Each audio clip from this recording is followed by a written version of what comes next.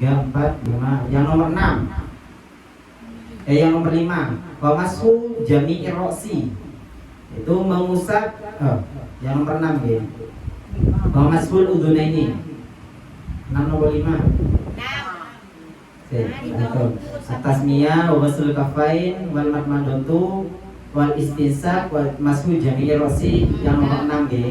Wa mashul udhunaini zahirihima wa batinihima. Itu mengusap kedua telinga dari baik itu dalamnya maupun luar. Caranya bagaimana? Bima'in jadidin, ini juga perlu diperhatikan, dengan air yang baru, bukan air sisa-sisa dari kepala dan juga dari wajah. Umpamanya wudhu, kok ada sisa air di kepala kan pasti ada. Sisa air di kepala dan juga wajah itu, jangan menggunakan air yang itu, tapi ambil air lagi. Caranya ya sudah tahu semua. Buat dari dalam, kemudian ke luar. Kemudian yang nomor 7, wa tahlilul lihyati, juga menyisir lihya itu jenggot. Tahu apa? Nyela-nyelani itu apa? Nyela-nyelani ya, atau sisir dengan tangan jenggot. Sebenarnya perempuan juga ada jenggotnya, tapi tipis. Jadi kan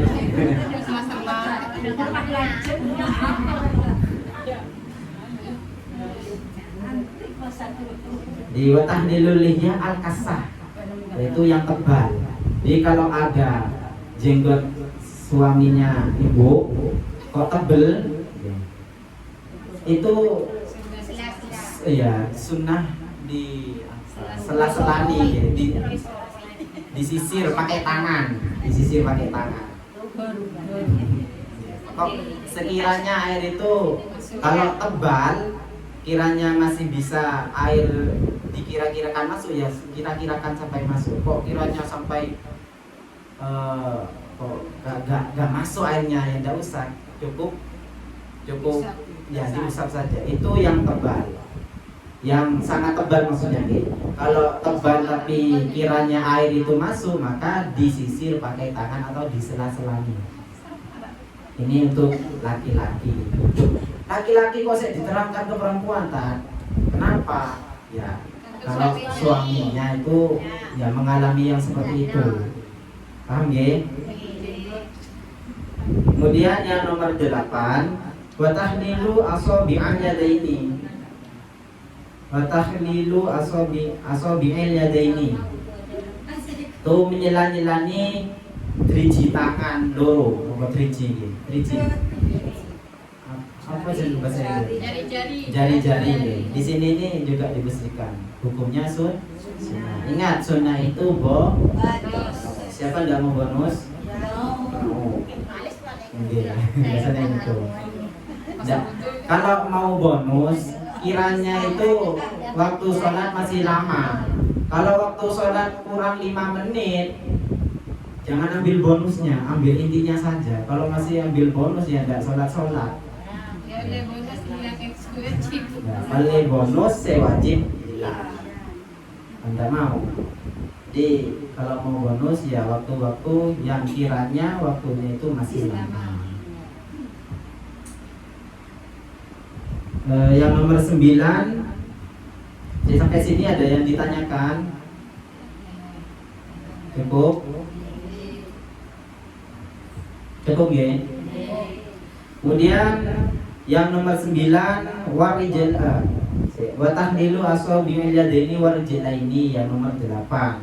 Itu menyisir atau menyela-nyelani driji tangan dan juga driji kaki. Itu sebelum wudhu nggih, atau ketika wudhu tidak apa-apa. Kalau driji tangan itu ketika wudhu tidak apa-apa. Kemudian wataqdimul yumna 'ala yusra, mendahulukan yang kanan daripada yang kiri, itu hukumnya sunnah. Bukan tidak boleh mendahulukan yang kiri sampai yang dengan yang kanan, tidak apa-apa. Tapi sunnahnya itu kanan dulu baru kiri. Dan yang terakhir yaitu wat taharatu salasan. Wal muwalatu. Cara mensucikannya itu 3 kali, 3 tangan kanan 3 kali, kiri 3 kali. Paham? Ada yang mau ditanyakan lagi? Sudah. Oh, tidak ada yang tanya. Kalau itu apa yang tadi menyala-nyalai kalau kaki itu biasanya kakinya harus Gimana? kalau menyala-nyalai kaki, kakinya kan harus diangkat kan kita kan Kesulitan. Oh, biasa kan dipakai. Jalan iya kalau tangan sih bisa kalau tangan. Oh, kalau muda seperti saya kan enak membungkung gitu. Kalau yang sepuh-sepuh kan kayaknya kok kesulitan itu ya. Kiranya mendatangkan bahaya lebih baik ditinggalkan. Kok itu sunnah. Tapi bukan karena itu sunnah. Sunnah ini tapi bukan karena bukan dientengkan juga. Kalau kiranya mendatangkan bahaya, ya sudah kita hindari. Tidak apa-apa, karena kan membasuh kaki, fardunya itu kan hanya membasuh. Disiram itu kan juga dalam kategori membasuh. Nyela-nyelanya itu hukumnya hanya sunnah. Kok kiranya mendatangkan bahaya, ya sudah. Bahkan diharamkan kalau sampai mendatangkan bahaya. Kiranya sampean itu stroke gara-gara nyela-nyelane kaki, itu bisa diharamkan. Kalau kiranya tidak mampu, tidak usah dipaksakan. Itu juga sunnah.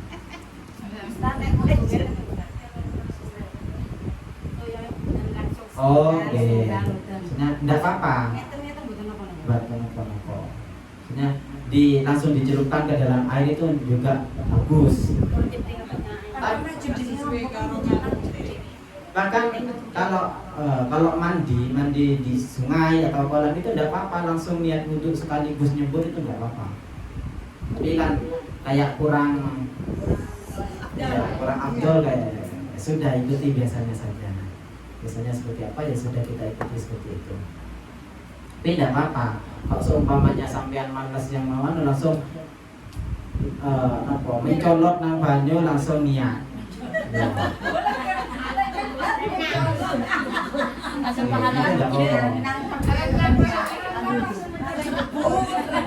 Tidak apa-apa, tapi kayak kurang afdol gitu.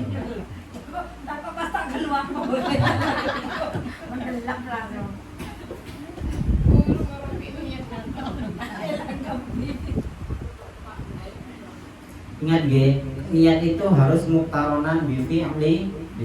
Niat apa saja itu harus bersama dengan pekerjaannya. Baik itu sholat, terus apa? Maksud niat muktaronan bifi'li itu bukan langsung sampai selesai. Yang penting awal pekerjaan kita itu bersamaan dengan niat, harus sampai selesai. Nawaitu wudu ali raf'il hadasil akbari sampai asgori sampai selesai, dah harus.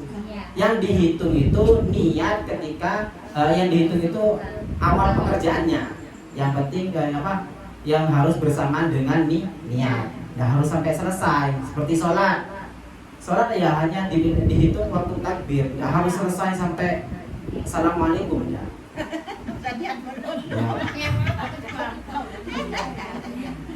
Katanya muktaronan bifi'lihi. Iya awalnya.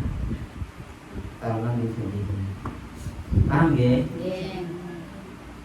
Sudah ada yang ditanyakan? Masih kurang 5 menit. Terus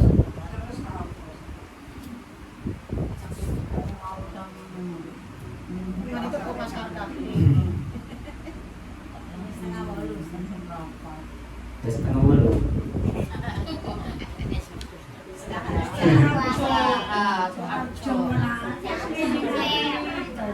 Batang apa? Jadi kan semangatnya luar biasa. Semangatnya luar biasa. Ya, perlu diapresiasi, Bu. Sudah nggih, ada yang ditanyakan nggih? Saya kasih waktu 5 menit untuk pertanyaan, mungkin ada. Ya mungkin ada pertanyaan yang masih kurang paham, ada keterangan yang masih kurang paham untuk pelajaran yang telah kita lalui. Mungkin ada yang masih belum paham, tidak apa-apa. Tentang toharo, kemudian tentang junudul maitah, kemudian tentang wadah-wadah yang tak boleh dipakai apa saja, kemudian tentang siwak itu tidak apa-apa ditanyakan. Mungkin ada yang mau ditanyakan.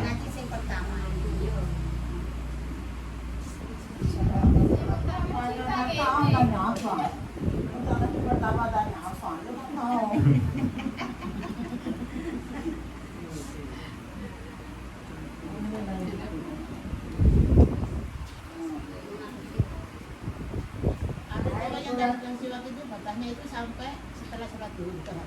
Jadi kalau untuk orang puasa, sunnahnya siwak itu sampai ba'da zawal, setelah tergelincirnya matahari. Kalau sudah masuk waktu duhur, maka tidak disunahkan lagi bagi orang yang berpuasa. Kalau orang yang tidak puasa, ya tidak apa-apa sampai kapan saja. Hal itu disunahkan mustahabun fi kulli halin, dalam tingkah apapun itu disunahkan. Bahkan di sini asyaddu istihbaban, sangat disunahkan. Tapi dalam 3 tempat atau 3 keadaan. Apa saja?